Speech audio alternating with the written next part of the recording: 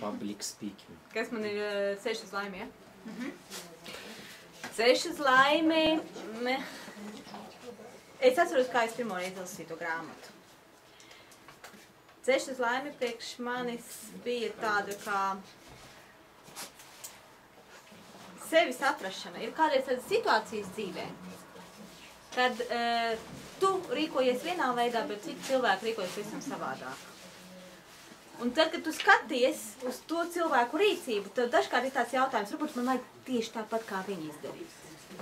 Un ceļš uz laimi, viņš tā kā iedod tev apakaļ to ceļu un iedod tev tādu iekšēju spēku neatkāpties no tā, ko tu esi nolēmis, nemainīt un nedarīt sevi sliktāku. Tikai tāpēc, ka citi ar tevi slikti ir izdarījušies.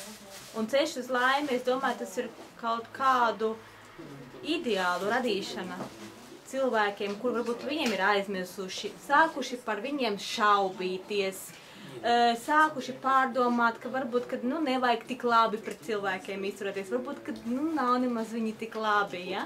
Tad ceļš uz laimi, viņš tev tā kā sakārto iekšēji, atved atpakaļ pie sevis un dod tev spēku vienkārši turpināt šo te dzīves veidu un zināt, ka ja tu izturēsi kaut kādus dzīves pārbaudījumus, tad galu galā tu ietekmēsi pasauli, nevis pasauli tevi ļaunajā veidā.